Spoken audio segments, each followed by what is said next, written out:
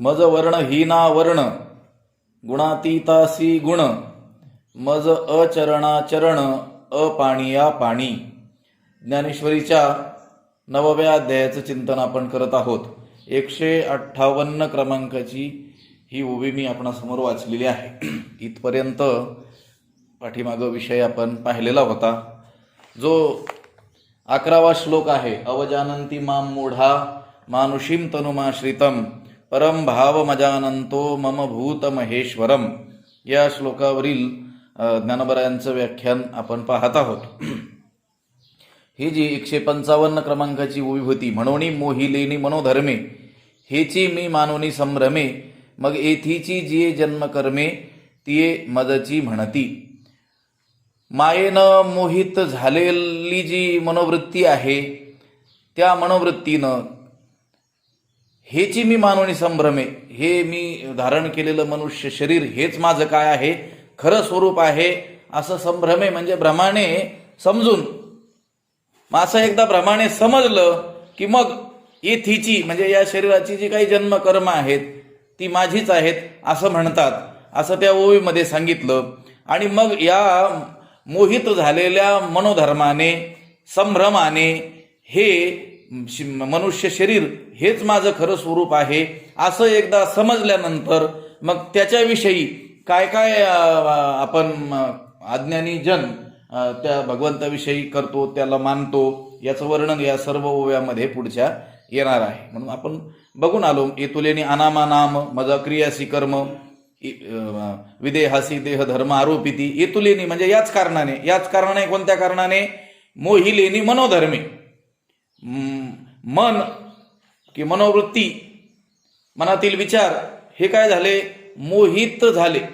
मन मोहित झालं आणि मोहित झाल्यामुळं त्या अविचारानं, त्या मनोवृत्तीनं हे मी जो आकार धारण केलेला आहे, मानुषीम तनुम आश्रितम, मनुष्य शरीर जे धारण केलेलं आहे तेच काय आहे माझं खरं स्वरूप आहे, तेवढंच काय आहे माझं खरं स्वरूप आहे असं भ्रमाने समजतात.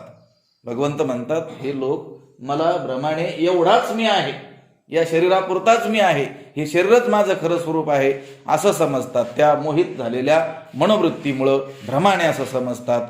आणि मग ते येथीची म्हणजे या शरीराच्या ठिकाणी असलेली जी काही जन्मकर्म आहेत ती काय म्हणतात?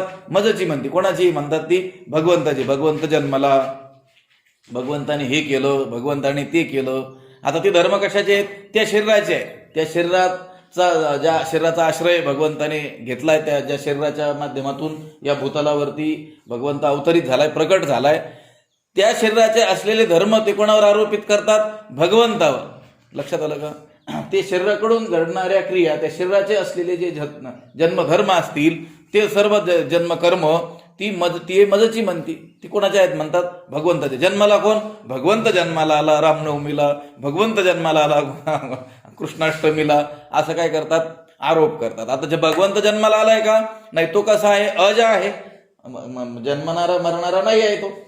पण जन्माला कोण आलंय? ते कृष्ण शरीर आलंय, ते राम शरीर आलंय.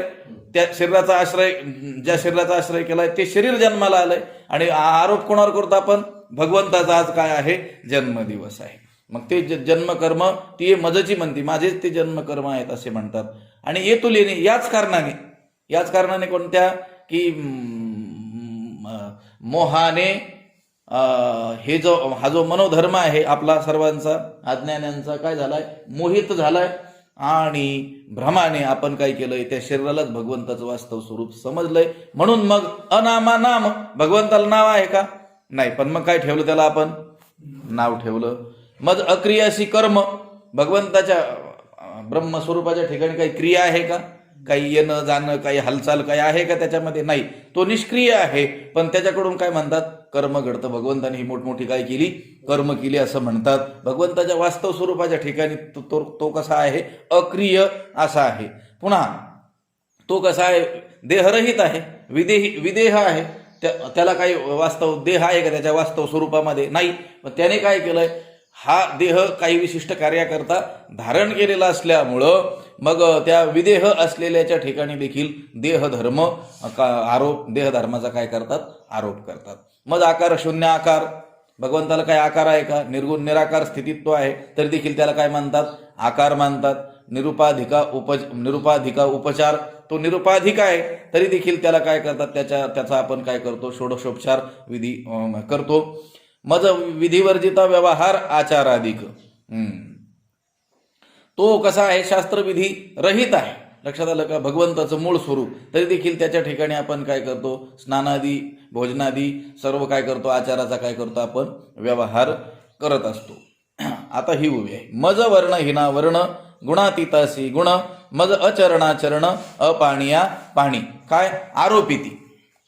हे धरून टाकायचं. काय करतो आपण? आरोपिती. मज वर्ण हिना वर्ण आरोपिती, गुणातीतासी गुण आरोपिती, मज अचरणाचरण आरोपिती, अपाणिया पाणी आरोपिती. किंवा मानिती, मानतात, आरोप करतात. मज वर्ण हिना वर्ण, भगवंताला कुठला वर्ण आहे का? वर्णाचे दोन अर्थ करूया. ब्राह्मण, क्षत्रिय, वैश्य, शूद्र हे वर्ण, किंवा मग ज्याला रंग आपण म्हणतो, शुक्ल, रक्त, पित, कृष्ण, हे जे रंग आहेत त्यालाही काय म्हणत असतो आपण? वर्ण म्हणतो. कृष्ण वर्ण आहे, भगवंत कसा आहे? कृष्ण वर्ण आहे, श्याम वर्ण आहे असं म्हणतो. किंवा मग भगवंत कोणत्या याच्यात जन्माला? ते म्हणजे क्षत्रिय वर्णामध्ये काय झालेला आहे? जन्माला आलेला आहे. परशुराम हा जो भगवंताचा अवतार आहे, ब्राह्मण वर्णामध्ये, वामन अवतार ब्राह्मण वर्णामध्ये भगवंत जन्माला आलेला आहे, भगवंत आहे. तो वास्तविक कसा आहे? वर्णहीन आहे, वर्णरहित आहे. पण त्या वर्णरहिताला देखील काय मानतो आपण? वर्ण. गुणातीतासी गुण, तो गुणातीत आहे. गुणातीत असून देखील आपण त्याला काय? त्याच्या ठिकाणी काय मानतो? गुण मानतो. ऐका यशश्री औदार्य ज्ञान वैराग्य ऐश्वर हे साही गुणवर्य वसती जेत, म्हणून तो भगवंत असं म्हणतो आपण. लक्षात आलं का? वास्तव त्याच्या मूळ स्वरूपाच्या ठिकाणी, जे त्याचं पारमार्थिक स्वरूप आहे, त्याच्या ठिकाणी काही गुण आहे का? म्हणून तर त्याला निर्गुण आपण म्हणतो ना, निर्गुण, गुणरहित. पण त्याला देखील काय मानतो आपण? गुण. भगवंताच्या ठिकाणी यश आहे, औदार्य आहे. का मानला आपण? त्या शरीराचा त्याने काय केलेला आहे? आश्रय. आणि ते शरीरच आपण त्याचं काय समजलं? वास्तव स्वरूप समजल्यामुळं आपण त्या गुणातीत परमात्म्याला देखील काय म्हणतो? गुणी मानतो. सत्यकामत्व, सत्यसंकल्पत्व, सर्वज्ञत्व हे गुण त्याच्या ठिकाणी आहेत असं आपण मानतो. मग अचरणाचरण, चरण म्हणजे पाय. भगवंताला पाय आहेत का? आता त्याचं वास्तव जे स्वरूप आहे त्याला आकारच नाही. लक्षात आलं का? आणि त्याला पाय असण्याचं काही कारणच नाही. लक्षात आलं का? असा पाय नसलेला जो मी, त्याला काय मानतात? पाय मानतात. लक्षात आलं? चरण कमळ म्हणतात. भगवत चरण कमल भ्यो नमः, है ना? त्याला चरण मानतात. अपाणिया पाणी, पाणी म्हणजे हात. हात नसताना देखील काय मानतात? सहस्रशीर्षा पुरुषः सहस्राक्ष सहस्रपात, आहे ना? 1000 हात आहेत म्हणतात त्याला, 1000 पाय आहेत असं आपण मानतो. अपाणिया पाणी. पुन्हा मज अमेया मान सर्वगतासी स्थान, जैसे सेजे माझी वन निदेला देखे. मज अमेया मान, अमेय, मेय म्हणजे मान म्हणजे प्रमाण, म्हणजे काही मोजमाप. लक्षात आलं का? परिमाण. भगवंताला मोजता येण्यासारखं आहे का? देशानं, काळानं, स्वरूपानं, वस्तुमानानं, आकारमानानं असं मोजता येण्यासारखं आहे का भगवंताला? पण तरी देखील काय म्हणतात? मान विशिष्ट प्रमाणाचा काय करतात?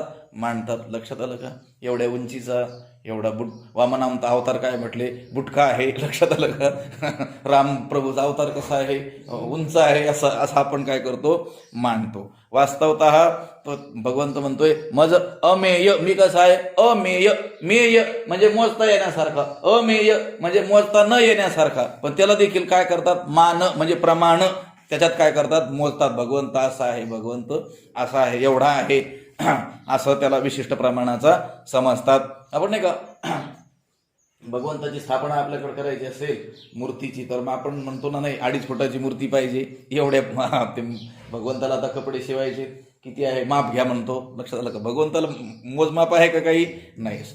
स्थूलत्व, उंच, लांब असं काही आहे का? आखूड नाही. पण त्याला काय करतो आपण? प्रमाणाचा, काही विशिष्ट प्रमाणाचा समजतो. मग आम्ही या मान. बरं, सर्वगतासी स्थान, मी कसा आहे? सर्व व्यापक, सगळीकडंच मी आहे. सर्वत्र संपूर्ण गगन जसं गगन हे सर्वत्र संपूर्ण आहे. ते गगनाहुनी वाढ नाम आहे. त्या गगनाहुनही अत्यंत अत्यंत काय आहे, तो व्यापक आहे. पण असा मी सर्वगत आहे, सर्व व्यापक आहे, त्याला काय म्हणतात, स्थान.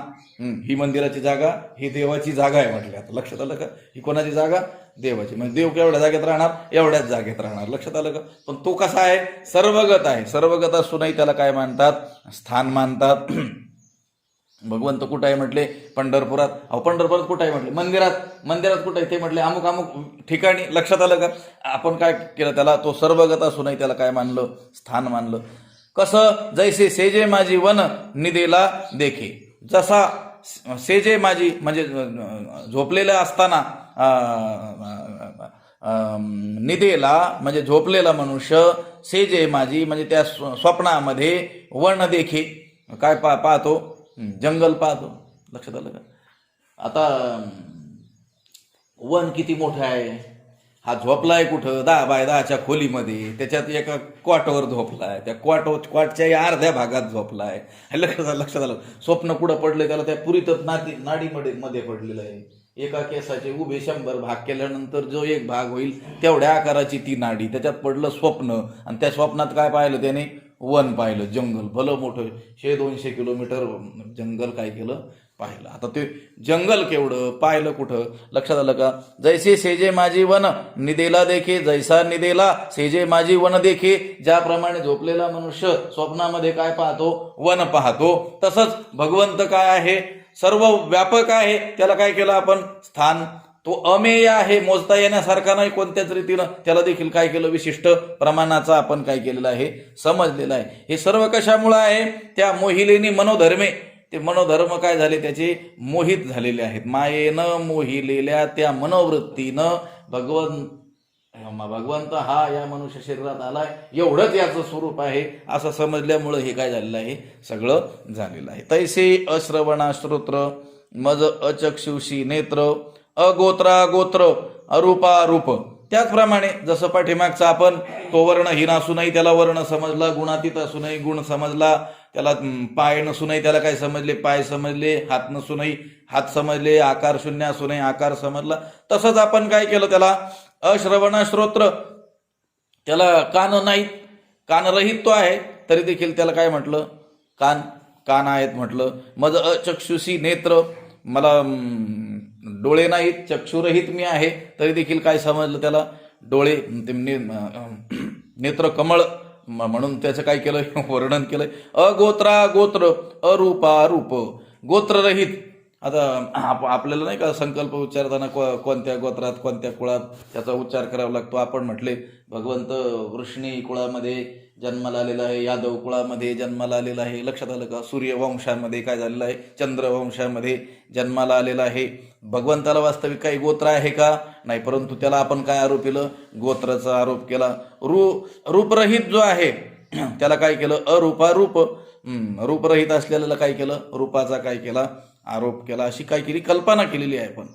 मज अव्यक्तासी व्यक्ती, अनार्थासी आरती, स्वयं तृप्ता तृप्ती भाविती गा. मज अव्यक्तासी व्यक्ती,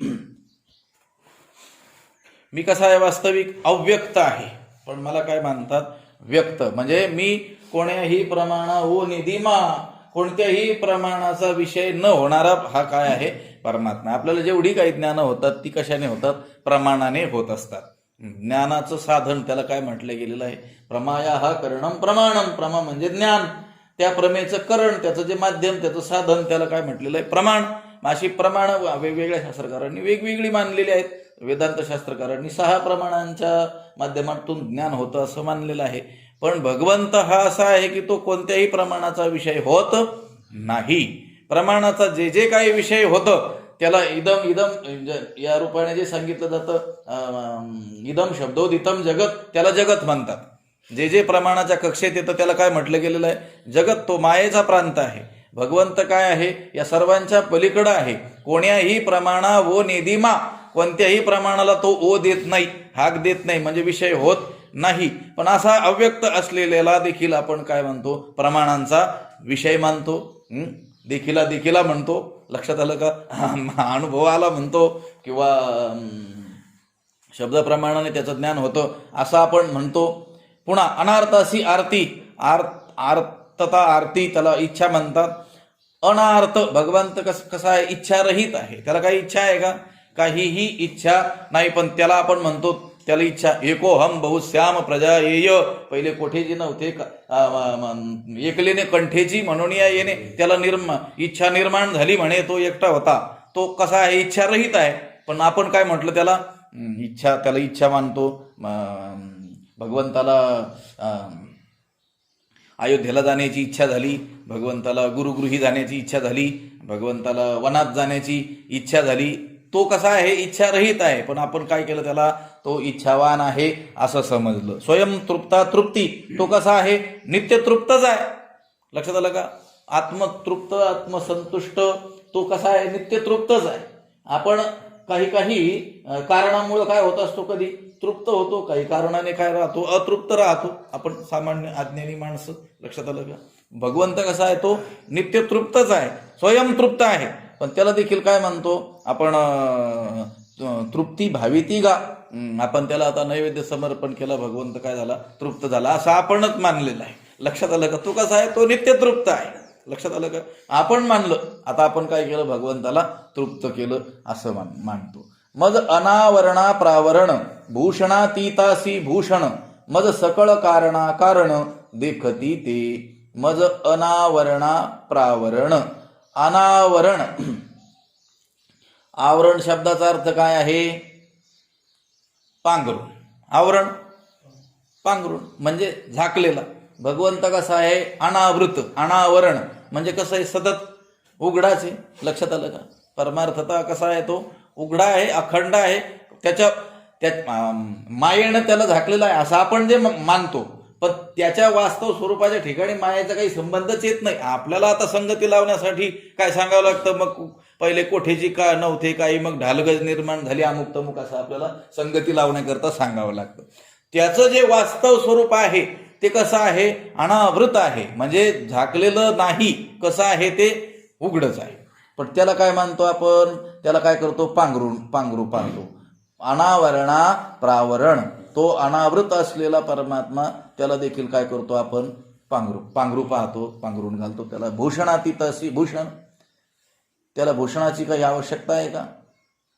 बरं, त्याला कोणतं भूषण केलं जाऊ शकतं, तो सर्व व्यापक आहे. त्याला काही विशिष्ट आकाराचा आहे, मग त्याच्या गळ्याचं माप घेऊन गळ्यातला हार बनवता येईल. लक्षात आलं? डोक्याचं माप घेऊन काही त्याला टोप त्याला बनवता येईल. कमरेचं माप घेऊन त्याला काही उंची माप घेऊन त्याला काही पितांबर आपल्याला शिवता येईल. पण जो वास्तव भगवंताचं जे स्वरूप आहे त्याला कोणता भूषणाने आपण नटवणार आहोत. बरं, भूषण तर मिळालं पाहिजे, त्याच्याशिवाय काही नाही, तर मग भूषण आणायचंय कुठून? लक्षात आलं का? भूषणातीत असलेल्याला काय म्हणतात, भूषण. त्याला काय किरीट कुंडले आपण काय करत असतो, त्याला भूषण अर्पण करतो. मग सकळ कारणा कारण देखती ते. भगवंत म्हणतो मी सकळ कारण, मी सगळ्याचं काय आहे, सर्व कार्याचं कारण आहे. जगात जी अनेक कार्य घडतात त्या प्रत्येक कार्याला काहीतरी कारण असतात. लक्षात आलं का? त्या कारणांचे अनेक प्रकार असतात. पण त्याच्यात एक साधारण कारण जे ते भगवंत सगळ्या कारणाचं कारण आहे. लक्षात आलं का? अधिष्ठानम तथा करता करणांच्या पृथक विधम विविधाश्च तथा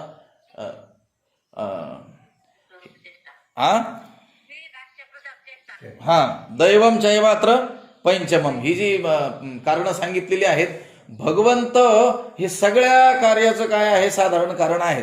कोणतंही कार्य घ्या, आता तुम्ही म्हटले घट करायचं, त्याच्यासाठी मृत्यू काय हवंय, दंड चक्र कुलाल हे सगळं हवंय. हे सगळं असू नये, भगवंत असावंच लागतं ना. अधिष्ठानम तथा करता असं म्हटलेलं आहे ना आपण. लक्षात आलं? सगळ्या कारणाचं कारण कोण आहे, भगवंत आहे. आणि आपण काय करतो, सकळ कारणा, त्या सगळ्या कार्याचं कारण असलेल्याला आपण काय मानतो, कारण. म्हणजे भगवंत यांच्यापासून काय झाला उत्पन्न, दशरथापासून उत्पन्न झाला, वसुदेव देवकीपासून काय झाला उत्पन्न झाला. हे भगवंताची काय आहेत, कारण आहेत असं आपण मानतो. भगवंत सगळ्या कार्याचं कारण आहे आणि त्याला आपण काय मानलं, कारण. त्याचं कोणीतरी कारण मानलं, त्याला कारण आहे असं आपण पाहिलं, मानलं. मज सकळ कारणा कारण देखती ते, मज सहजाते करीती स्वयंभाते प्रतिष्ठिती. निरंतरा ते आव्हानिती विसर्जिती गा. मज सहजाते करीती. मी सहज आहे. सहज म्हणजे नित्यसिद्ध. सहज सहज आपण सहज शब्द वापरतो की नाही. सहज शब्द हा कधी वापरत असतो, ज्या ठिकाणी काहीही करण्याचं कारण येत नाही, काहीही हालचाल करण्याचं कारण येत नाही, काही कृती करण्याचं कारण येत नाही, काही करावं लागत नाही आणि ते घडतं, त्याला काय म्हणत असतो आपण, सहज. लक्षात आलं. भगवंत म्हणतो मी कसा आहे, सहज. तो कसा आहे, नित्यसिद्ध आहे. लक्षात आलं. त्याला कोणी केलंय का, त्याला कोणी निर्माण केलंय का, नाही. तो कसा आहे, सहज आहे. पण तरी देखील सहजाते करीती. मी सहज नित्यसिद्ध असून देखील मला करतात म्हणजे माझी मूर्ती घडवतात. लक्षात आलं का. आम्ही आता भगवंताला निर्माण केलं. लक्षात आलं का. मज सहजाते करीती. बरं, स्वयंभाते प्रतिष्ठिती. तेवढंच करून थांबत नाहीत. मी स्वयंभू आहे, माझी प्रतिष्ठा करावी लागत असते का. तो कसा आहे, स्वयंभूच आहे, त्याची काय करतात, प्रतिष्ठा करतात. मी स्वयंभू असताना देखील माझी काय करतात, प्रतिष्ठा करतात. स्वयंभाते प्रतिष्ठिती. निरंतरा ते आव्हानिती विसर्जिती गा. निरंतरा ते आव्हानिती. आवाहन कोणाचं करावं लागतं. आता हे शब्दांचे जे प्रकार आहेत, विभक्ती आहे, त्याच्यामध्ये संबोधन विभक्ती असते. राम रामो राम, हा शेवटी कसं हे राम हे राम हे रामा. आपलं दूरवर मनुष्य असला किंवा जवळ जरी असला तरी त्याला संबोधन करताना आपण काय म्हणत असतो, म्हणजे त्याचं नाव घेऊन त्याचा काय करतो, उल्लेख करतो. कशासाठी, लक्ष देण्यासाठी. किंवा दूर असला आणि इकडं आणायचं असलं त्याला आपल्याजवळ, तर काय करावं लागतं, आपण मोठ्याने काय करतो, त्याचं संबोधन करतो. लौकिक भाषेत संबोधन म्हणा. आणि ज्या अदृश्य देवी देवता वगैरे असतात त्यांना आपल्यासमोर प्रत्यक्ष करण्याकरता आवाहन करावं लागतं म्हणा. लक्षात आलं. आवाहन कोणाचं करावं लागतं, जे आता नाहीत पण त्यांना काय करायचंय, आणायचंय. म्हणजे जे ह्या ठिकाणी नाहीत, दुसऱ्या कोणत्या तरी ठिकाणी आहेत पण आता ह्या ठिकाणी आणायचंय, त्यांच्यासाठी काय करावं लागतं, आवाहन करावं लागतं. आणि व्यवहारात आपल्याला काय करावं लागतं, संबोधन करून त्यालाही काय करावं, आवाहन. आपण लोक म्हणतात मी आता सगळ्यांना काय करतो, आवाहन करतो. लक्षात आलं का. म्हणजे या ठिकाणी काय करतो, उपस्थित करतो. तर भगवंत म्हणतो मला माझं आवाहन करतात, पण माझं आवाहन करायला मी तिथं नाही आणि दुसरीकडे आहे असं आहे का काही. मी कसा आहे, निरंतर आहे. मी काय आहे, निरंतर आहे, सतत आहे, सर्व काळ आहे, सर्वत्र आहे. असं असताना सुद्धा माझं काय करतात ते आवाहन. कारण ज्ञान नाही ना. आता हे प्राणप्रतिष्ठेचे जे मंत्र असतात त्या मूर्तीमध्ये प्राणप्रतिष्ठित करायला. आता त्या मूर्तीमध्ये प्राणप्रतिष्ठित करायचा म्हणजे त्याच्यात काही प्राण नाही का अगोदर, त्याच्यात काही भगवंत नाही का. या उपाधी माझी गुप्त चैतन्य असे सर्वगत. सगळ्या उपाध्यामध्ये जर चैतन्य आहे, विठ्ठल जडी स्थळी भरला असा असेल तर मग त्या जी घडवलेली मूर्ती आहे त्याच्यात नाही का तो, नाही. पण तरी देखील आपण काय करतो, नाही मानून त्याला काय करतो, प्रतिष्ठा करतो. पुन्हा त्याचं काय करतो, आवाहन करतो. आवाहनाचे काय असतात, मंत्र असतात, त्याचं आवाहन करतो. मी सर्वत्र सर्व काळ म्हणजे निरंतर असताना देखील माझं काय करतात, आवाहन करतात. बरं, करतात, प्रतिष्ठा करतात आणि पुन्हा काय करतात, विसर्जन करतात. आताच नाही का गणपती बाप्पाचं झालं. लक्षात आलं का. त्यांना केलं देखील. लक्षात आलं. सहजाते करीती. सहजच आहे तो, स्वतः सिद्ध. त्याला केलं. स्वयंभाते प्रतिष्ठिती, त्याची प्रतिष्ठा केली. काय केलं, ते निरंतर त्या आवाहनी. तो सततच सर्वत्र सर्व काळ असताना देखील त्याचं आवाहन केलं आणि पुन्हा 10 दिवसांनी काय केलं, विसर्जन केलं. मी सर्वदा स्वतः सिद्ध, तो की बाळ तरुण वृद्ध, मज एक रूपा संबंध जाणती ऐसे. मी सर्वदा स्वतः सिद्ध. मी सर्वदा म्हणजे सर्व काळ. स्वतः सिद्ध म्हणजे नित्य आहे, स्वतः सिद्ध आहे, कुटस्थ नित्य आहे, स्वतः सिद्ध आहे. असं असताना कुटस्थ शब्द आपण एक वेळेस विचारसागराच्या वेळेस पाहिला ना. कूटवन निर्विकारेण स्थियते ती कुटस्थ. कूट शब्दाचा अर्थ आहे आयरण. त्या लोहाराकडं एक हातोडा असतो आणि दुसरं काय असतं, आयरण असतं, है ना, आयरणच ना. आणि त्या आयरणीवरती त्या घनाने घाव घालून तो काही वेगवेगळ्या वस्तू काय करत असतो, बनवत असतो. आता त्या आयरणीवरती त्याने जन्मभर कितीतरी वेगवेगळ्या वस्तू घडवलेल्या असतात. पण त्या आयरणीत काही बदल झालाय का, ती कशी आहे, जशी आहे तशी आहे. तसं भगवंत आहे. त्या भगवंताच्या स्वरूपावर अनेक वेळेस कोटी वेळा सृष्टी झाली आणि काय झाली, मोडली देखील. त्याच्यात काही आहे का फरक, लक्षात आलं का. मग तो त्याला म्हणतात कूट. आणि कूट म्हणजे ही आयरण. आणि कूटवन म्हणजे कूट म्हणजे त्या आयरणी प्रमाणे निर्विकारेण आपल्यात काहीच विकार होऊ न देता स्थियते राहतो. म्हणून त्याला देखील काय म्हणतात, भगवंताला कूटस्थ असं म्हणत असतात. तो कसा आहे, मी सर्वदा स्वतः सिद्ध, मी सर्व काळ कसा आहे, कुटस्थ नित्य आहे, स्वतः सिद्ध आहे. आणि असा असताना माझ्यात कोणताही विकार, कोणताही बदल, कोणताही परिवर्तन होत नसताना देखील ते काय म्हणतात, तो की बाळ, तरुण, वृद्ध असा माझ्यावर काय करतात, आरोप करतात. भगवंत काय, आता भगवंताचं हे बालरूप आहे, भगवंताची ही काय आहे, तारुण्य अवस्था आहे, भगवंताची ही कशी आहे, आता वृद्ध म्हणजे थकलेली काय आहे अवस्था आहे. आपण पांडुरंगाकडं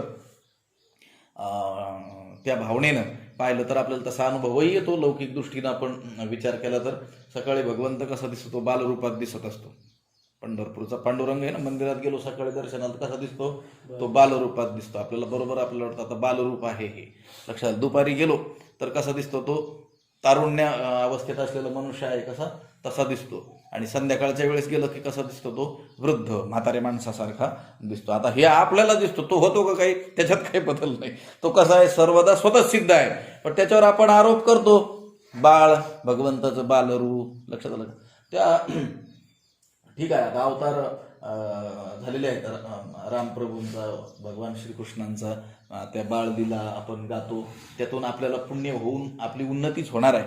काही तर ते कल्पना करणारे भगवान शंकराचं देखील बालरूपाचं चित्र पाहिले तुम्ही कधी, चित्र, फोटो, बाल. आता तो बाल कधी होता भगवान हे शंकर भगवान बालरूपात असं एकदम बालना असं झोपलेले, ते चंद्र कोर असं एकदम बालरूपातला फोटो. हा काय, त्याच्यावर आरोपच नाही तर काय, तो की बाळ, तरुण, वृद्ध, मज एक रूपा संबंध जाणती ऐसे. मज एक रूपा, मी एक रूप आहे. कोणाशी, सर्वांशी. जसा तुमच्याशी तसाच माझ्याशी, तसाच कुणाशी, तसाच सर्वांशी. कसा आहे, एकरूप, त्याचा काय आहे, संबंध आहे. म्हणजे एकरूपा म्हणजे एकरूप असताना देखील काय म्हणतात, संबंध ऐशी जाणती. माझा याच्याशी संबंध आहे, त्याच्याशी संबंध असं म्हणतात. तो कसा आहे, एकरूप आहे. भगवंत कसा आहे, एकरूप म्हणजे सर्वत्र आहे. त्याचा संबंध कोणाशी, सगळ्याशी. लक्षात आलं का. पण काय म्हणतात, संबंध जाणती ऐशी, काही विशिष्ट संबंध आहे म्हणतात. भगवंत यांचा बलरामाचा लक्षात आलं का, अनुज आहे ना. अग्रज म्हणजे मोठा भाऊ आणि अनुज म्हणजे लहाना भाऊ. लक्षात आलं का. बलरामाचा अनुज कोण आहे, श्रीकृष्ण यांचा हा संबंध आहे. वसुदेव देवकीचा काय संबंध आहे, पुत्रत्वाचा. लक्षात आलं काय, काय त्यांच्याशी संबंध आहे. रुक्मिणीशी पतिरूपाने काय आहे, संबंध आहे, असं करतात. मज एक रूपा, मी एक रूप आहे. पण मला काय मानतात, संबंध मानतात. संबंध मानला की तो एक रूप असूच शकणार नाही ना. लक्षात आलं का. संबंध हा काय करतोय, आपल्याला मर्यादित करतोय का व्यापक करतोय, मर्यादित करतो. लक्षात आलं का.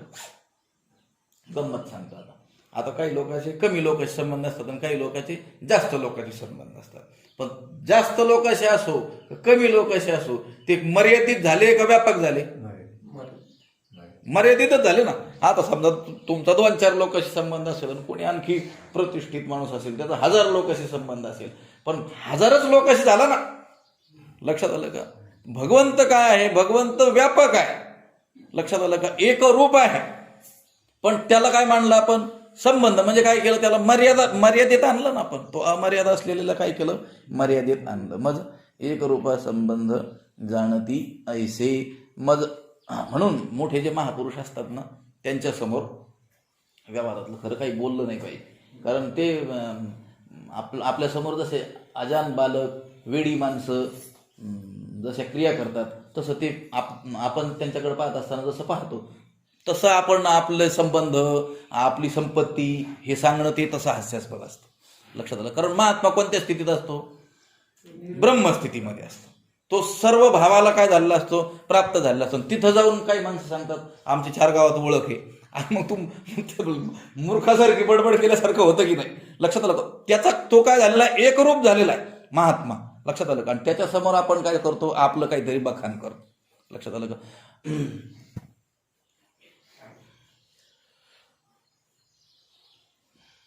आमचा स्वदेश भुवनत्रयामध्ये वास, तुकाराम महाराजांनी सांगितलं. आमचा स्वदेश, आमचा देश हा काय आहे, भुवनत्रयामध्ये वास. आम्ही कुठले, सगळीकडचे.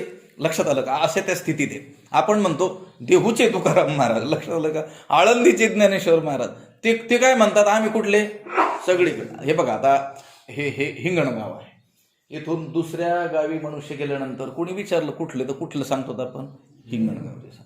बरं, ह्या तालुक्याच्या बाहेर गेलो, तिथं लोक भेटले तर आपण कुठले सांगतो, शेवगाव तालुक्यातले. बरं, तिकडं गेलो पुणे जिल्ह्यामध्ये, सातारा जिल्ह्यात, कुठले म्हटल्यावर मग काय म्हणतो, नगरहून आलो म्हणतो. लक्षात आलं का. आता गेलो गुजरातला गेलो, UP MP ला गेलो, लक्षात, तिथं विचारलं कुठून आले, कुठले तुम्ही, महाराष्ट्राचे म्हणतो. बरं, गेलो चांगलं अफगाणिस्तान पाकिस्तान तिकडे गेलो, कुठून आले म्हणतो, भारतातून आलो म्हणतो. लक्षात आलं का.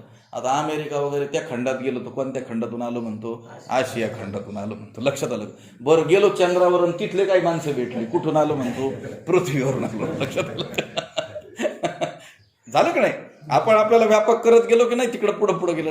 तसं संत हे त्या स्थितीमध्ये असतात आणि तिथं आपण सांगतो तर आमचं इथं संबंध तिथं संबंध कशाला सांगत बसले. लक्षात आलं का. मग एक रूप भगवंत म्हणतो मी एक रूप आहे, सगळीकडेच मीच आहे ना, आणि त्याला मला काय मानतात, संबंध. हे भगवंत यांचे पुत्र बरं का, म्हणजे मला तेवढंच करून टाकलं.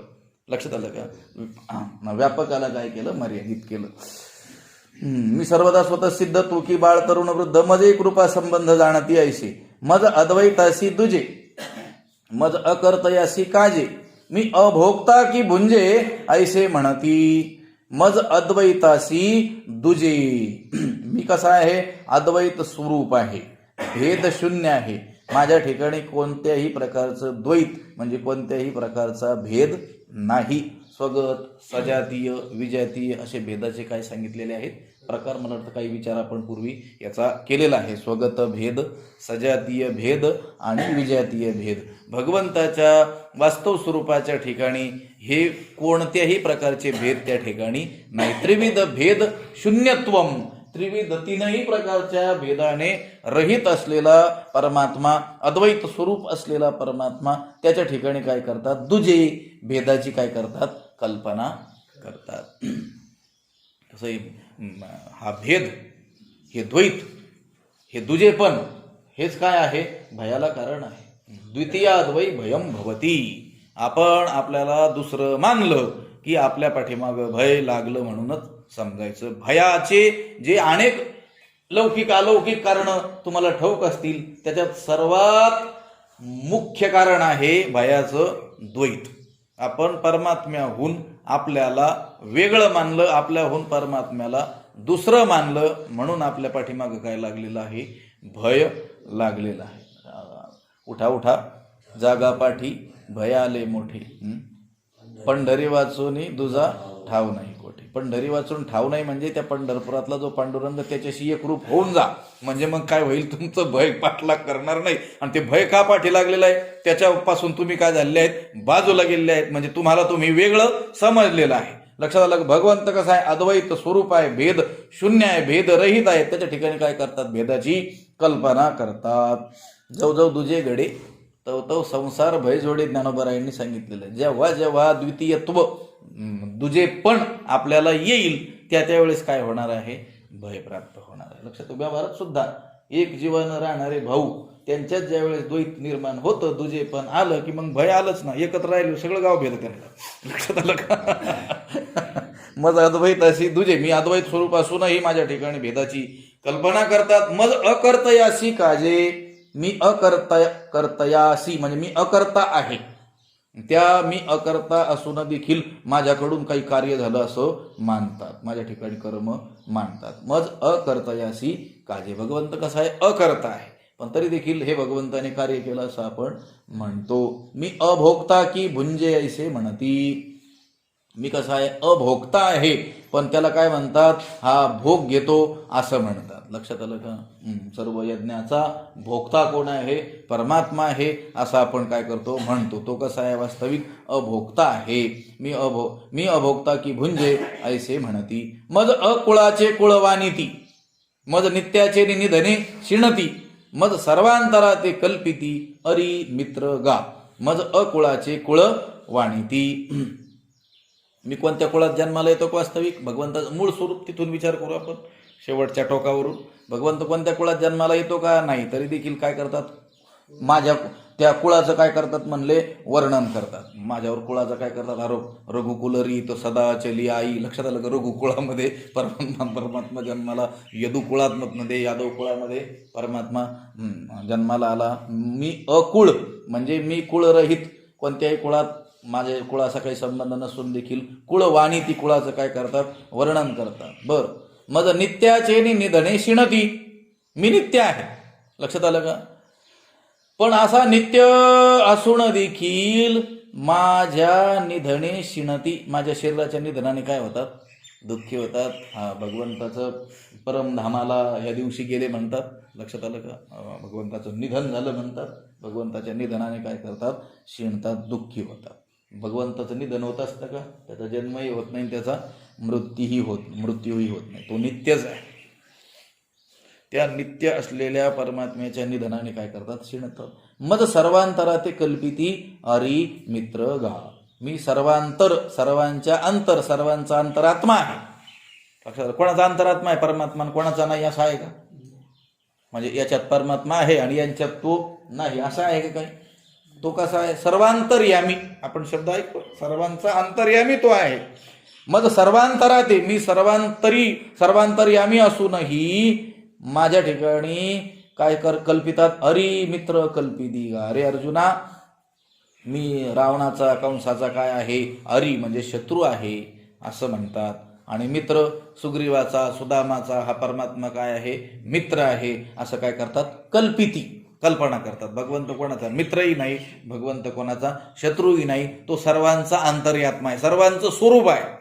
लक्षात आलं का, सर्वांचं स्वरूपच परमात्मा आहे, आणि मग त्याला मित्र शत्रू असू कसा शकेल. लक्षात आलं का, आपण महात्म्यांना देखील म्हणतो ना, हे अजात शत्रू म्हणतो ना, म्हणजे यांचा शत्रूच जन्माला आला नाही. लोक त्यांना शत्रू मानत असतील, पण ते कोणाला मानतच नाहीत ना. लक्षात आलं का, महात्मा पुरुष जो असतो, लोक मानत असतात हे त्या महात्म्याची सेवा करणारे म्हणजे हे मित्र लोक, आणि काही त्यांचा द्वेष करतात म्हणजे ते शत्रू. ती कल्पना कोणी केली, आपणच केली. महात्मा कोणाला मित्रही म्हणाला नाही आणि कोणाला शत्रूही म्हणाला नाही, कारण त्याचा भाव कसा झालेला आहे, व्यापक झालेला आहे. तो सगळीकडं मीच आहे असं त्याचं काय झालेलं आहे, त्या स्थितीमध्ये तो स्थितीवर गेलेला आहे, त्या स्थितीत आरूढ झालेला आहे. असा तो सर्वांतर यामी तो होऊन गेलेला आहे. आणि तिथं आपण अन्य लोकांनी कल्पना केलेली आहे, काय, आरी आणि मित्र, हे बाबांचे भक्त आणि हे बाबांचे शत्रू. बाबाला भक्तही नाही, शत्रूही नाही, कोणीच नाही. लक्षात आलं. मद सर्वांतरा ते कल्पिती अरी मित्र गा, मी स्वानंदाभिरामू, तयामद अनेक सुखांचा कामू, आघवाची मी असे समू, की म्हणती एकदेशी, मी स्वानंदाभिरामू. मी कसा आहे, स्वानंद अभिरामू. राम शब्दाचा अर्थ आहे रममाण होणारा. लक्षात आलं का, राम म्हणजे रममाण होणारा. किंवा राम शब्दाची आणखी एक व्युत्पत्ती केलेली आहे, रमन्ते योगिनः अस्मिन् इति रामः. योगी, थोर, ज्ञानी पुरुष त्याच्यामध्ये काय होतात, रममाण होतात, त्याला म्हणतात राम. मग आपण ते कशामध्ये रममाण होत असतात, आत्म्यामध्ये, म्हणून आत्माच काय आहे, राम. सर्वाघटी राम. लक्षात, सर्वाघटी राम, रमन्ते असं त्या राम शब्दाचा अर्थ आहे. भगवंत म्हणतात मी कसा आहे, स्वानंदाभिराम, म्हणजे स्वरूपामध्येच रममाण होणार आहे, स्वरूपाच्या आनंदामध्येच रममाण होणार आहे. लक्षात आलं, आपणही रममाण होतो, पण आपण कोणत्या विषयाच्या आनंदामध्ये रममाण होतो. लक्षात आलं का, आपण स्वानंदाभिराम नाही. लक्षात आलं का, आपण विषयानंदाभिराम आहेत. लक्षात आलं, मोठी पदवी आहे आपल्याला. लक्षात आलं का, भगवंत म्हणतात मी स्वानंदाभिरामू, मी स्वतःच्या स्वरूपभूत जो आनंद आहे त्याच्यातच सतत काय होणार आहे, रममाण होणार आहे. तयामद अनेक सुखांचा कामू, असा मी स्वतःच्या आनंदातच रममाण होणारा असलो तरी देखील मला तयामज अशा मला अनेक सुखांचा कामू, अनेक वैषयिक सुखांची इच्छा आहे असं म्हणतात. लक्षात आलं का, भगवंताला याची इच्छा आहे. म्हणजे भोग आपण लावतो ना, गंध, पुष्प, धूप, दीप, नैवेद्य वेगवेगळं. लक्षात, भगवंताला हे आवडतं, भगवंताला ते आवडतं. लक्षात आलं का, हे काय झालं, हे पंचविषयच आहेत की नाही, हे दिव्य आहेत. ठीक आहे, आता हे मला मध्ये सांगावं लागतं बरं, विषय हे घातकच. लक्षात आलं का, पण आता आपण भगवंताची आरती करूयात, त्याला गंध, धूप, दीप, नैवेद्य वगैरे हे करणार आहोत, काही चांगल्या शब्दांनी स्तुती करणार आहोत, हेही काय आहेत, विषयच आहेत. पण हे विषय दिव्यत्वाकडे नेणारे आहेत. लक्षात आलं का, आता ही इथलं जे वर्णन चाललेलं आहे हे अतिशय भगवंताच्या स्वरूपामधून चाललेलं असल्यामुळे ते लक्षात घ्या. मध्ये मध्ये मला थोडंसं आपलं ध्रुवपद जोडावं लागतं, नाहीतर म्हणतात मग कशाला आरती करायची, भगवंत सर्व व्यापकच आहे. एवढ्यापुरतं वाटेल पण तासानंतर वाटणार नाही ना. लक्षात आलं का? मी स्वानंदा विरामू तयामद अनेक सुखांचा कामू. भगवंत म्हणतात मी स्वरूपभूत आनंदामध्येच रममान होणारा असूनही मला मात्र अनेक सुखांचा काम म्हणजे इच्छा, अनेक सुखांची काय आहे, इच्छा आहे असं म्हणतात. आघवाची मी असे समू की म्हणती एक देशी. मी आघवाची समू असे मी संपूर्णपणे, समूह म्हणजे सर्व रूप आहे, सर्वांमध्ये आहे असा असून देखील काय म्हणतात एक देशी. एक देशी म्हणजे देशाने मला काय करतात, परिच्छिन्न करतात. म्हणजे भगवंत कुठे आहेत, गोकुळात आहेत. भगवंत कुठे आहेत, मथुरेत आहेत. लक्षात, भगवंत कुठे आहेत, वृंदावनात गेलेले आहेत. लक्षात आलं का? तसं भगवंत कसा आहे, आघवाच संपूर्णपणे, समूह सर्वत्र आहे. लक्षात आलं का? इथं थोडा आहे तिथं जास्त आहे असं नाही. पाकिस्तानात जरा भगवंत कमी आहे, भारतात जरा जास्त आहे, त्यातली त्यात महाराष्ट्रात तर अधिक जास्त आहे असं काही नाही. आघवाची संपूर्णपणे, समूह सर्वत्र काय आहे, सारखा आहे, व्यापक आहे. तरी देखील काय करतात, म्हणती एक देशी. त्यात मला काय करतात, परिच्छिन्न करून टाकतात. म्हणजे मानतात तसं. मी आत्मा एक चराचरी म्हणती एकाचा कैपक्ष करी आणि कोपोणी एका ते मारी हेची रूढविती. मी आत्मा एक चराचरी, चर अचर चराचरामध्ये मीच काय आहे, एक आत्मा आहे असं आहे. असताना देखील भगवंत कुठं आहे, चराचरामध्ये आहे, त्याचा काय आहे, सगळ्यांचा आत्मा तो आहे. असं असताना देखील ते म्हणतात एकाचा काय वार घेतो आणि एकाला काय करतो, रागवून भक्ता राखे पायापाशी दुर्जनाशी संहारी. लक्षात आलं का? असं म्हणतात म्हणे. एकाचा कैवार घेतो आणि एकाला रागवून मारतो असं म्हणतात. आणि कोपोणी एका ते मारी हिची रूढविती. बरं, हे म्हणतात तर म्हणतात आणि रूढवतात म्हणजे जगात माझं हे चरित्र वाढवतात म्हटले. लक्षात आलं, लिव ठेवतात म्हणे. लक्षात आलं, भगवंत भक्ताचा काय करतोय, सांभाळ करतो, कैवार घेतो. लक्षात आलं का? आणि एकाचा कैवार घेतो आणि एकाला काय करतो, रागावून मारतो. मग आपण म्हणू मग हे संत पुरुषांनी लिहून ठेवलं, त्यांना समजत नव्हतं का? त्यांना सारं समजत होतं पण तुम्हाला समजत नव्हतं म्हणून मी लिहून ठेवलेलं आहे. लक्षात आलं का? नाहीतर पण म्हणणार ते अभंग, ते असे अभंग आहे, ते काय करा, गाथीतून काढूनच टाका म्हणतात. लक्षात आलं, फक्त कोणते ठेवायचे, सच्चिद आनंद रूपाचं तिथं वर्णन आहे ना तेवढेच ठेवायचे. अरे त्या स्थितीत गेल्यानंतर मग नका वाचू, पण तिथं जाईपर्यंत त्या पायऱ्यांचा उपयोग तर करावाच लागेल ना, तिथपर्यंत जावंच लागेल. आणि तिथं गेल्यानंतर तुम्ही त्यागणार नाहीत, मग तर खूप आनंदाने गाणार. जाणून ज्ञान गिळूनी गावा गोविंद, गोविंदच गाणार. पण मग काय समजून, भगवंत सर्वत्र आहे असं समजून गाणार. लक्षात, ती स्थिती येण्याकरिता तर त्याचा आधार आपल्याला तिथपर्यंत काय करावं लागणार आहे, घ्यावाच लागणार आहे. पण वास्तव दर्शन असं आहे असं ज्ञानोबरायांनी या ठिकाणी सांगितलेलं आहे. मी आत्मा एक चराचरी म्हणती एकाचा कैपक्ष करी आणि कोपोणी एका ते मारी आणि ह्याची रूढविती. हे रूढवून टाकतात म्हणे जगामध्ये, माझं चरित्र काय करतात, वाढवतात. किंबहुना ऐसे समस्त जे हे मानुष धर्म प्राकृत तयाचे नाव मी ऐसे विपरीत ज्ञान तयाचे. किंबहुना, बहुना किम, फार काय सांगावं, ज्ञानोबराय म्हटलं तर खूप काय सांगावं, काय काय करतात हे लोक. लक्षात आलं का? भगवंताच्या विषयी जे हे मानुष धर्म प्राकृत, जे हे प्राकृत मानुष धर्म, हे जे सर्व प्राकृत मनुष्य धर्म आहेत. लक्षात आलं, हे सर्व मनुष्य धर्मच आहे. लक्षात आलं का? आतापर्यंत जेवढ्या ओव्यामध्ये भगवंतावर ज्याचा आपण आरोप केलेला आहे, हे सगळे काय आहेत, मनुष्य धर्म आहेत. ते बी कसे आहेत, संस्कृत मनुष्य धर्म नाही, प्राकृत मनुष्य धर्म आहे. लक्षात आलं का? जे मानुष्य धर्म प्राकृत आणि तयाचे नाव मी ऐसे विपरीत ज्ञान तयांचे. तयाचे नाव मी, आणि हे जे प्राकृत मनुष्य धर्म आहेत तयाची नाव, त्या सर्वांचं नाव मी म्हणजे मी परमात्मा आहे असं काय केलेलं आहे, अविवेकी लोकांनी समजलेलं आहे. म्हणून त्यांचं जे ज्ञान आहे तयाचे ज्ञान विपरीत, त्यांचं ते ज्ञान कसं आहे, विपरीत आहे. लक्षात आलं का? किंबहुना ऐसे समस्त, फार काय सांगावं, हे प्राकृत मनुष्य धर्म हे जे हे सर्व प्राकृत मनुष्य धर्म आहेत त्याचे नाव मी, त्यांनी त्यालाच काय नाव ठेवलंय मी. कशाला? त्यांच्या प्राकृत मनुष्य धर्मालाच. लक्षात आलं का? आणि हे ते त्यांचं जे ज्ञान आहे ना माझ्या संबंधीचं, हे कसं ज्ञान आहे? विपरीत. विपरीत विपरीत म्हणजे पूर्ण उलट. थोडंसं देखील सुसंगत नाही, असं चक्करी सोडून देखील नाही. लक्षात आलं का? पूर्ण पूर्व आणि पश्चिम असं ज्ञान आहे. थोडंसं चक्करीच्या खाली असतं तर थोडं चक्करीवर आणता आलं असतं, पण हे कसं आहे? पूर्ण. लक्षात आलं का? तो भगवंत, तो निर्धर्म, आणि त्याच्यावर धर्माचा काय केला आरोप, ते देखील कोणत्या धर्माचा? यांच्या मानुष्य धर्माचा. लक्षात आलं का? किंबहुना ऐसे समजतं जे हे मानुष्य धर्म प्राकृत तयाची नाव मी ऐसे विपरीत ज्ञान तयांचे. जव आकार एक पुढा देखती तव हा देव येणे भावे भजती मग तोची बिघडलिया टाकीती नाही म्हणोनी. जव आकार एक पुढा देखती. जव म्हणजे जेव्हा, पुढा एक आकार देखती, एक मूर्तीचा काय करतात? आकार पाहतात.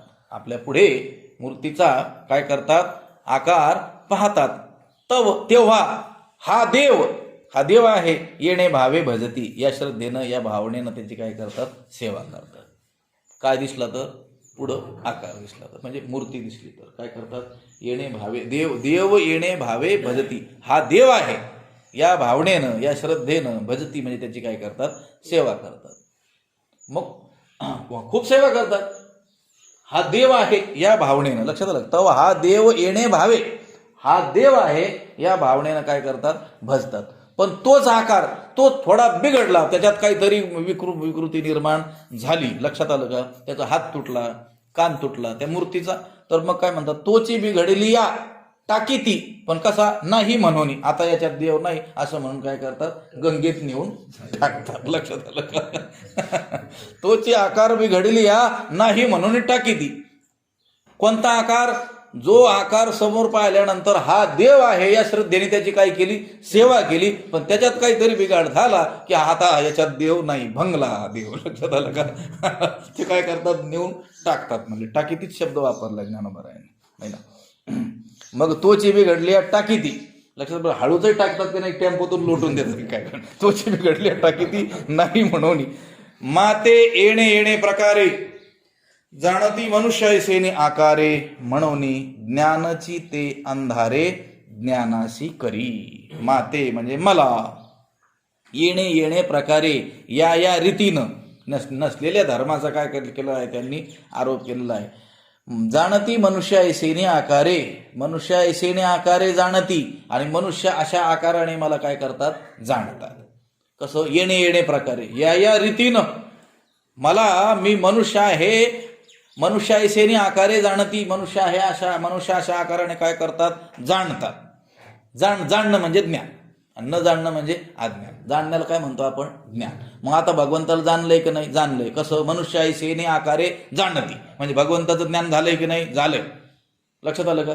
पण ते म्हणतात म्हणून ज्ञानाची ते, त्यांचं ते ज्ञानच ज्ञानाशी अंधारे करी. खऱ्या ज्ञानाला काय करतोय? अडथळा करतोय. लक्षात आलं का? त्यांना ज्ञानच आहे, भगवंताचं ज्ञान आहे ना, हा आकार भगवंत आहे, हे भगवंताविषयीचं काय आहे? त्यांना ज्ञान आहेच, पण हे ज्ञान ते ज्ञान होऊ देत नाही, खरं ज्ञान. लक्षात आलं का? त्या ज्ञानाला काय ठरतं? हे अडथळा ठरतं. म्हणून येणे प्रकारे जाणती मनुष्य ऐसेने आकारे म्हणून ज्ञानाची ते अंधारे ज्ञानाशी करी. दोन ज्ञान आहेत, ज्ञानाचे दोन प्रकार करूया आपण स्थूल रीतीनं. ब्रह्मज्ञान आणि प्रमाज्ञान. प्रमाज्ञान म्हणजे यथार्थ ज्ञान, आणि ब्रह्मज्ञान म्हणजे विपरीत असलेलं ज्ञान. दोरी रस्त्यावर पडलेली आहे, ते ही दोरी आहे, हे दोरीचं कोणतं ज्ञान झालं? प्रमाज्ञान म्हणजे यथार्थ ज्ञान. दोरी आहे, दोरी समजली, हे दोरीचं ज्ञान आहे, ते यथार्थ आहे दोरी, समजलंय साप, झालंय सापाचं ज्ञान, तेही ज्ञान दोरीचंच आहे, पण ते ज्ञान आता प्रमाज्ञान नाही. कोणतं ज्ञान आहे? ब्रह्मज्ञान आहे, अयथार्थ ज्ञान आहे. लक्षात आलं? विपरीत असलेलं ज्ञान आहे. मग ज्ञान नाही का? ते ज्ञान आहे ना. हा सर्प आहे, हेही काय आहे? ज्ञानच आहे. ज्ञान कशाचं आहे? ते दोरीचंच आहे. दोरी नसते ज्ञान झालं असतं का? नाही. हा सर्प आहे हे ज्ञान देखील कोणाचं आहे? दोरीचंच आहे. आणि उजेड केला आणि सर्प भ्रमदूर झाला, अरे ही तर दोरी आहे, हे जे ज्ञान आहे हे देखील कोणाचं ज्ञान आहे? दोरीचंच आहे. हा सर्प आहे हे ज्ञान देखील कोणाचं होतं? दोरीचंच होतं. आणि आता ही काय आहे? दोरी आहे, हे ज्ञान देखील कशाचं आहे? दोरीचंच आहे. पण ही दोरी आहे हे दोरीचं ज्ञान कोणतं ज्ञान झालं? प्रमाज्ञान, म्हणजे यथार्थ ज्ञान, खरं ज्ञान, वास्तव ज्ञान. आणि हा सर्प आहे हे जे दोरीचं ज्ञान आपल्याला होऊ लागलं होतं मगाशी भ्रमकाळामध्ये, ते देखील दोरीचं ज्ञान होतं. पण कोणतं ज्ञान होतं? भ्रमज्ञान होतं. लक्षात आलं का? विपरीत ज्ञान होतं. आता जे भ्रमज्ञान आहे कोणतं? दोरी असूनही काय ज्ञान झालं? सर्प आहे. हे जे दोरीचं असलेलं आपल्याला भ्रमज्ञान आहे, हे भ्रमज्ञान प्रमाज्ञान होऊ देत आहे का? खऱ्या ज्ञानाला काय ठरतंय? ते अडथळा ठरते. हे दूर झाल्याशिवाय ते आपल्याला ज्ञानच होणार नाही. लक्षात आलं का? ज्या वेळेस हा सर्प आहे हे जे दोरीचं भ्रमज्ञान दूर होईल, त्याच वेळेस ही दोरी आहे हे दोरीचं खरं ज्ञान आपल्याला होईल. लक्षात आलं का? दोरीचं ही दोरी आहे हे प्रमाज्ञान होण्यामध्ये, दोरी असूनही त्या दोरीचं हा सर्प आहे हे जे ब्रह्मज्ञान होतं हे काय ठरतंय? मध्ये अडथळा ठरतंय. ज्ञानच ज्ञानाला अडथळा ठरते. पण कोणतं ज्ञान कोणत्या ज्ञानाला? तर भ्रमज्ञान प्रमाज्ञानाला काय ठरतंय? अडथळा ठरतंय. विपरीत ज्ञान खऱ्या ज्ञानाला काय ठरतंय? अडथळा ठरतंय. मग आपल्याला भगवंताचं ज्ञान आहे, पण कोणतं ज्ञान आहे? ज्ञानोबराय म्हणतात मनुष्याई शेणे आकारे जाणती. म्हणजे कोणतं ज्ञान आहे आपल्याला? भ्रमज्ञान आहे, विपरीत ज्ञान आहे. लक्षात आलं का? अयथार्थ ज्ञान आहे, खोटं ज्ञान आहे. लक्षात आलं का? मग ज्ञानच आहे, पण मग ते ज्ञानाशी अंधारे करी. कोणत्या ज्ञानाला? भगवंत म्हणतोय त्या ज्ञानाला. माझं वास्तव स्वरूप जे आहे ते जसं आहे तसं कळणं, हे जे ज्ञान आहे ब्रह्मज्ञान ज्याला म्हणू आपण, त्या ज्ञानामध्ये हे काय ठरतंय? अडथळा ठरतंय. लक्षात आलं? अडथळा ठरतंय म्हणजे मग आपण आता देवाची भक्तीच करायची नाही का? नाही, भक्ती करायची, जशी करत होतो तशीच करायची, त्याच्यापेक्षा आणखी चांगली करायची. पण काय समजून करायची? तर मी ज्याची भक्ती करतो आहे तो एवढाच नाही हे समजून करायची. म्हणून एवढं काय आहे सगळं विस्तार ज्ञानोबरायांना करावा लागला. अनेक लोकांना मी सांगितल्याप्रमाणे मागे बोललो होतो, या ओव्या पाहून ज्ञानोबरायांच्या तत्वज्ञानाविषयी किंवा त्यांच्या समजुतीविषयी, मताविषयी काय झालेलं आहे? भ्रम निर्माण झालेला आहे. बुद्धिवान लोकांना भ्रम निर्माण झालेला आहे की ज्या अर्थी ज्ञानोबराय या ठिकाणी हे सर्व विस्तारपूर्वक बोलतात, त्या अर्थी ज्ञानोबरायांना मूर्तीपूजा मान्य नाही असं काही लोकांनी ठरवून टाकलं. पण ज्ञानोबरायांना जर मूर्तीपूजा मान्य नसती तर मग रूप पाहता लोचनी सुख झाले ओ साजनी किंवा देखिला असे जे सगळे अभंग निर्माण केले किंवा पंढरपुरानी नगुडी, मग ती रचना कशी काय केली असती?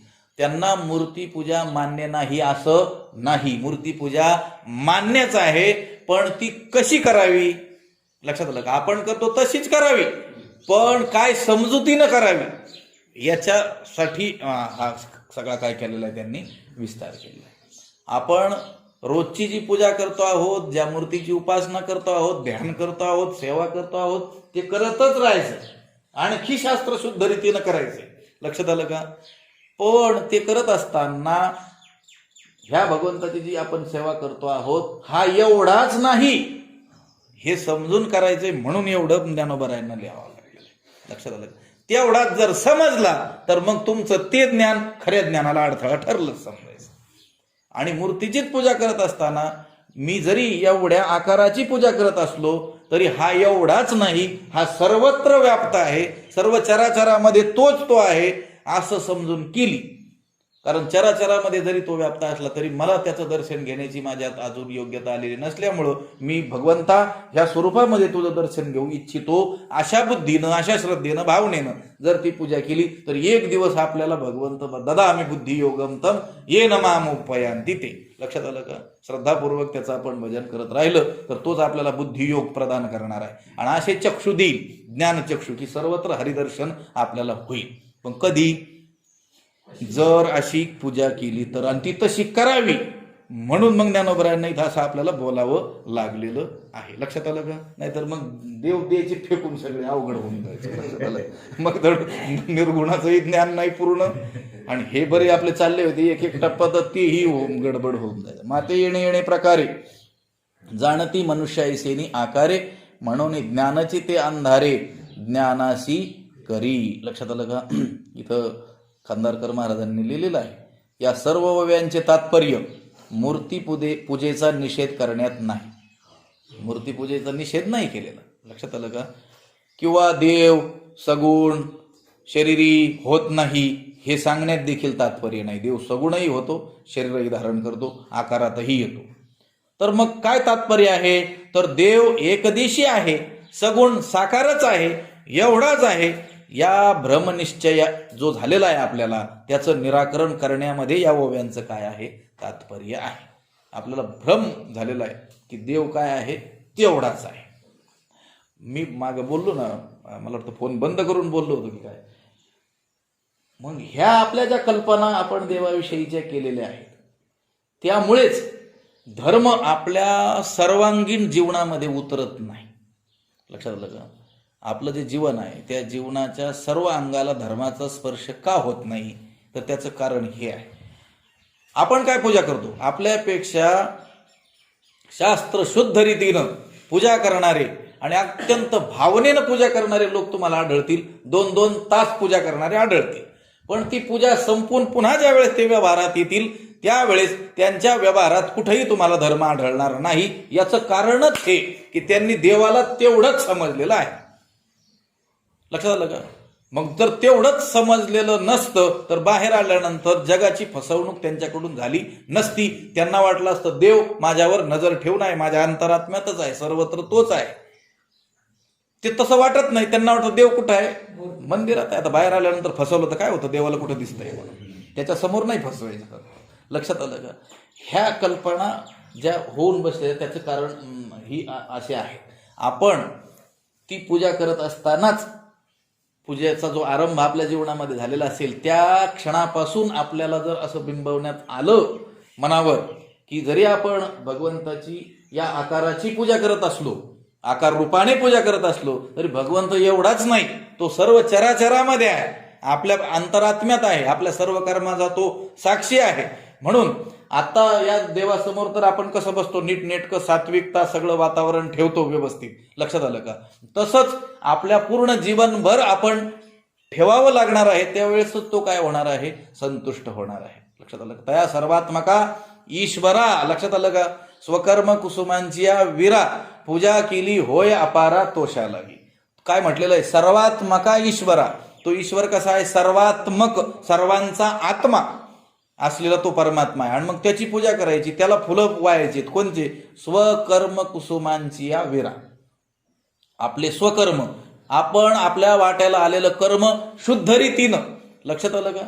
अगदी सचोटीनं, न्यायानं, न्यायार्जित धनस्तत्व ज्ञान निष्ठा तिथी प्रिय, हा असा एक श्लोक येतो पुराणामध्ये. त्याचा शेवट आहे गृहस्थोपी विमुच्यते. गृहस्थी माणूस सुद्धा मुक्त होऊ शकतो जर तसं वागला तर. लक्षात आलं का? मग स्वकर्म कुसुम, कुसुम म्हणजे फुलं, पुष्प. कोणते? स्वकर्म. स्वकर्म म्हणजे स्वतःचं कर्म, म्हणजे स्वतःच्या वाट्याला आलेलं कर्म. वर्ण आणि आश्रमानुसार भगवंताने आपल्याला जे कर्म दिलेलं आहे ते कर्म करायचंय. मग ते होणार आहे पुष्प, ते होणार आहे फुल. मग ते कर्म जर आपण गलिच्छ केलं तर ते धोत्र्याचं फुल होईल, ते देवाला चालणार नाही. लक्षात आलं का? तुमचं मोगऱ्याचं, गुलाबाचं, झेंडूचं अशी जी फुलं आहेत तीच वाहतो ना आपण देवाला. हा, अनेक झाडांना फुलं येतात, ते सगळे जाणून वाहतो का? ती वाहिल्या जाऊ शकतात का? वाहणं उचित आहे का? शास्त्रात आहे का ते? नाही. लक्षात, काही फुलांचा निषेध केलेला आढळतो की नाही? आढळतो. मग तसं आपलं कर्म जर आपण लोकांची फसवणूक करून केलेलं असेल, लक्षात आलं का? त्या कर्म करण्यामध्ये काही प्रमाद, आळस केलेला असेल तर ते फुलं होऊ शकतील का? होतील. पण मग कशाचे होतील? हे सांगितलं, त्या पुष्पाचे होतील, झाडाचे होतील. ते चालतील का? नाही. मग देवाला वहावयाची जी फुलं आहेत ती आपण, जी शास्त्राने ठरवून दिलेली, आपण मोगरा वगैरे ही पुष्प आपण देवाला समर्पित करतो. त्याप्रमाणे आपलं कर्म हेच पुष्प आपल्याला देवाला समर्पित करायचंय. तर ते कर्म कसं झालं पाहिजे? जोडून या धन उत्तम. लक्षात आलं का?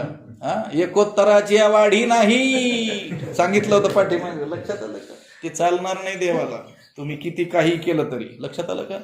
उत्तम व्यवहार. मग उत्तम व्यवहार कोणी ठरवलेला? तुम्ही का? शास्त्राने ठरवलेला. शास्त्राने सांगितलेलं आहे, हा व्यवहार उत्तम आहे, हा मध्यम आहे, हा कनिष्ठ आहे, हा अधमाधम आहे. लक्षात आलं का? तर मग तुम्ही उत्तम व्यवहारातील 1 रुपया भगवंताला अर्पण केला आणि त्या अधमाधम व्यवहारातील लाखो रुपये अर्पण केले तरी तुमचा तिथं हिशोब ठेवला जाणार नाही. त्याच्या 1 रुपयाचाही काय होईल, तिथं हिशोब होईल. म्हणजे लक्षात आलं का? आता हे विस्तार का करावा लागला मला? ह्या ओव्याने तुमचं डोकं खराब होण्याची संभव आहे. लक्षात आलं का? आपल्याला भगवंताला पुष्पच समर्पण करायचंय, पण तो भगवंत कसा आहे? सर्वात्मक आहे. ज्ञानोबरायांच्या ओवीचा आधार घेऊन मी बोलतो आहे. इथं पूजेचा आणि याचाच विषय चाललेला असल्यामुळं. तया सर्वात्मका ईश्वरा स्वकर्म कुसुमांची विरा, पूजा केली होय अपारा तोषा लागी. तो अपार असलेला परमात्मा आहे, त्याच्या संतुष्टी लागी, त्याच्या अपार संतुष्टी लागी ती पूजा होणार आहे. कोणती? या सर्वात्मक ईश्वराची. लक्षात आलं? मग सर्वात्मक ईश्वराला पुष्प कोणते वाहणार? काही विशिष्ट आकाराची मूर्ती असेल तर त्याला पुष्प काही वाहता येतील, झेंडूचे वगैरे आणून. सर्वात्मक सर्वत्र जो आता विश्वात्मके देव, विश्वात्मक जो देव आहे, सर्वात्मक जो देव आहे, त्याला कोणते फुलं वाहणार? बरं, वाहणार कुठं? कोणत्या दिशेला? मग लक्षात आलं? म्हणून कोणते फुलं वाहायचे? स्वकर्म हेच कुसुम, हेच पुष्प. पण ते कर्म कसं असलं पाहिजे हे सांगितलं. लक्षात आलं का तुम्हाला? अगदी व्यंगाने देखील सांगितलं. लक्षात आलं का? ते कसं असलं पाहिजे? निर्मळ असलं पाहिजे, शुद्ध असलं पाहिजे. व्यवहार कसा असला पाहिजे? उत्तम असला पाहिजे. लक्षात आलं का? म्हणून संतांना सगळ्याच गोष्टी काय कराव्या लागलेल्या आहेत? सांगाव्या लागलेल्या आहेत. व्यवहारातल्या तर अधिक सांगाव्या लागलेल्या आहेत. तुम्हाला सांगतो, जीव ब्रह्मैक्याची चर्चा करणारे आपल्याला 5-25 अभंग मुश्किलीनं असे काय होतील तुकोबारायांच्या गाथेमध्ये आढळतील. बाकीचं सर्व आपल्याला नीती धर्म हेच सांगणारे आपल्याला अधिक अभंग काय होतील? आढळून येतील. कारण समाजाची स्थिती तशी आहे, अत्यधिक प्रमाणात लोक तसे आढळतात. म्हणून त्यांना आधी काय करायचं? ठीकठाक करून मग ह्या वर्गात आणायचं, इथून पुढच्या वर्गात पोहोचायचंय. शेवटच्या वर्गात किती जातील काय सांगता येत नाही हे पर्यंत. लक्षात आलं का? वेदाचा विचार ज्यावेळेस करतो, 1 लक्ष साधारण आपण मंत्र ज्यावेळेस पकडतो वेदाचे असतील असं, तर त्यावेळेस 80,000 हे कर्मपरच आढळतात. 16,000 उपासना भक्ती ध्यानादी सांगणारे आणि 4,000 मंत्र जीव ब्रह्म ऐक्याची चर्चा करणारे. आणि त्या 4,000 मंत्रात देखील डायरेक्ट जीव आणि ब्रह्म एक आहे हे सांगणारे 4च महावाक्य. लक्षात आलं का? म्हणजे अधिकारानुसार. लक्षात आलं का? मग असं नाही म्हणायचं अधिकाभंग तर मग नीतीचेच आहे, याचा अर्थ गाथ्याचं तात्पर्य नीतीनं वागणं एवढंच आहे. तसं नाही बाबा, ठीकठाक करून पुढच्या वर्गात आणणं आहे, भक्तीच्या वर्गात आणणं आहे, उपासनेच्या वर्गात आहे. मग गाथ्याचं तात्पर्य उपासना करण्यातच आहे तसं नाही. तिथून पुढे तुम्हाला जीव ब्रह्म ऐक्यामध्ये स्थिर कर, मी वासुदेव तत्वता असं तुम्ही सगळे जोपर्यंत म्हणत नाही तोपर्यंत तुकोबारे संतुष्ट होत नाहीत. लक्षात आलं का? त्या ठिकाणी तुम्हाला सगळ्यांना आपल्याला घेऊन जायचं. मग ज्ञानोबा एवढं जे बोलले आता या आपल्या आपण जी पूजा करतो त्या संदर्भात आपल्या पूजेचं जे वर्णन आहे सगळं, हे का बोलावं लागलं? की बाबा रे, पूजा सोडून द्यायची असं नाही, पहिलीचा वर्ग सोडूनच द्यायचा आहे असं नाही, तर पहिलीच्या वर्गात नीट अभ्यास करायचा आहे आणि दुसरीच्या वर्गात जायसाठी करायचा आहे. लक्षात आलं का? पहिलीच्या वर्गात अभ्यास कसा करायचा आहे? नीट करायचा आहे. आणि कशासाठी करायचा आहे? दुसरीच्या वर्गात जाण्यासाठी करायचा आहे. नाही म्हटले पहिलीच्या वर्गातला अभ्यासक्रम मला खूप आवडलेला आहे आणि मी आता पहिलीचा वर्ग सोडणारच नाही, आणि शिक्षकही अतिशय उत्तम आहेत, शाळा देखील दर्जेदार आहे म्हटले. लक्षात आलं का? चालेल का? नाही. उत्तम अभ्यास करायचा आहे, आळस करायचं नाही, शाळा बुडायची नाही, त्या गुरुजनांविषयी अनादर भावना येऊ द्यायची नाही. पण कशासाठी? पुढच्या वर्गात जाण्यासाठी. लक्षात आलं का? तसं मूर्तीपूजाही करायचे, भक्तीही करायचे, सगळंच करायचे. पण भगवंताचं वास्तव स्वरूप जे आहे, जिथून आता भगवंत बोलत होता ज्या स्थितीमधून, ऐश्वर्य योग ज्याला म्हटलंय, हे जे प्रकरण आपलं चालू आहे अनेक दिवसापासून, तिथपर्यंत जाऊस तर भगवंताला काही संतुष्टी, तोपर्यंत तो असं बोलणारच आहे आपल्याला. हे असं करतात ते तसं कुरकुर करणार आहे भगवंत. लक्षात आलं का? आणि त्याने ती कुरकुर करू नये असं वाटत असेल तर मग आपल्याला त्याच्या मनोगताप्रमाणे वागावं. घरातला नाही काही एखादा माणूसला खूप कुरकुरे असतो. लक्षात आलं? तो बिचारा त्याचा स्वभाव नसतो, त्याने अनेक काय केले असतात, अनेक प्रसंग अनुभवलेले असतात, अनेक दारिद्र्याचे प्रसंग भोगलेले असतात, जगाचा अनुभव आलेला असतो. ते म्हणतात ना, आमचे काय उन्हाने केस पिकले का? लक्षात आलं? ते अनुभवाने पिकलेले असतात असं ते म्हणत असतात. म्हणून मग ते काय करतात, या नवीन लोकांच्या म्हणजे त्यांच्या मुलाबाळांच्या संसारामध्ये काय करतात, कुरकुर करत असतात. त्यांचं कुरकुर करणं हे काही सततच म्हणजे चुकीचं असतं असं काही नाही आहे. लक्षात आलं. तसं भगवंत आता हा कुरकुरच करतोय की नाही इथं हे सगळ्या ओव्यामध्ये आहे ना. अनामा नाम अक्रियाशी कर्म विदेयाशी देह धर्म आरोपित. आपण तसं करतो म्हणून तो तसं बोलतोय. आपण जर तसं केलं नाही तर तो त्याला बोलण्याचं काय नाही, कारणच नाही. उलट तो काय करणार आहे. ज्ञानी भक्त काय, ज्ञानी त्वात्मैव मे मतम. ज्ञानी भक्त तर मला माझा आत्माच वाटतो असं म्हटलेलं आहे. भक्ताचे प्रकार केले आणि सगळेच जरी प्रिय असले तरी सगळ्यात आवडतं कोणतं आहे ते म्हटले, ज्ञानी त्वात्मैव मे मतम. ज्ञानी माझा आत्मा आहे असं मला वाटतं. म्हणून आपल्याला जर भगवंताचं तेवढं प्रेम प्राप्त करायचं असेल तर आपल्याला काय व्हावं लागेल, ज्ञानी व्हावं लागेल. मग कोणतं ज्ञान प्राप्त करावं लागेल, भगवंत म्हणतोय ते ज्ञान प्राप्त करावं लागेल. पण त्या ज्ञानामध्ये हे ज्ञान अडथळं ठरतंय ना. म्हणून ज्ञानाची ते अंधारे ज्ञानाची करी. कोणतं ज्ञान, आपल्याला असलेलं ज्ञान भगवंता संबंधीचं. आपल्याला हा मनुष्य ऐसेने आकारे जाणती हे जे ज्ञान आहे हे काय काय ठरतंय, अडथळा ठरतंय. मग अडथळा ज्या ज्या गोष्टीचा आपल्याला होत असतो त्या गोष्टी आपण काय करतो, आपल्या जीवनातून दूर करीत नाहीत. रस्त्यावर काही अडथळा आला तर तसंच राहू देतो तो दगड, काय करतो, दूर करतो. मग ज्या ज्या गोष्टी अडथळा ठरतील त्या आपण काय करतो, दूर करतो. तर मग मनुष्य ऐसेने आकारे जाणती हे जे ज्ञान आहे की जे मुख्य ज्ञानाला काय ठरतंय, अडथळा ठरतंय. तर मग आपण देखील भगवंताला केवळ हा मनुष्य आकारवानच आहे हे जे ज्ञान आहे हे काय केलं पाहिजे, दूर केलं पाहिजे. हळूहळू तो व्यापक झालं पाहिजे की नाही. लक्षात आलं का नाही. एकाएकी आपल्याला पूर्ण व्यापकता येणार नाही, पूर्ण ज्ञानाचं आपल्याला लख प्रकाश आपल्या मस्तकामध्ये होणार. पण काहीशी आपली जी आपण मर्यादा याच्यामध्ये वागतो आहोत त्याची थोडीशी काय आली पाहिजे, व्यापकता आली पाहिजे. आता उदाहरण सांगतो. संत काय म्हणतात, हे विश्वची माझे घर आहे, ऐशी मती जायची स्थिर किंबहुना चराचर आपण जा. वसुधैव कुटुंबकम, हे विश्वच काय आहे, माझं घर आहे असं काय आहे भगवंताची म्हणजे महापुरुषांची काय आहे धारणा आहे, त्यांचा तो अनुभव. आता आपल्याला आपलं घरच आपलं घर वाटतं की नाही. पण पहिलं आपलं घर तरी आपल्याला आपलं घर वाटावं. लक्षात आलं. आपल्याला आपलं घर वाटावं, आपल्या कुटुंबातील लोक आपले वाटावेत. मग हळूहळू आपले संबंधित असलेले ते आपल्याला आपले वाटावेत. आपल्या गल्लीतील आपल्या जवळील लोक आपल्याला आपले वाटावेत. आणि आपली ही व्यापकता काय व्हावी, विस्तारित व्हावी हळूहळू. लक्षात आलं का. एकाएकी हे विश्वाची उभी पाठ केली तर लगेच म्हणता येईल 1 मिनिटाने. लक्षात आलं.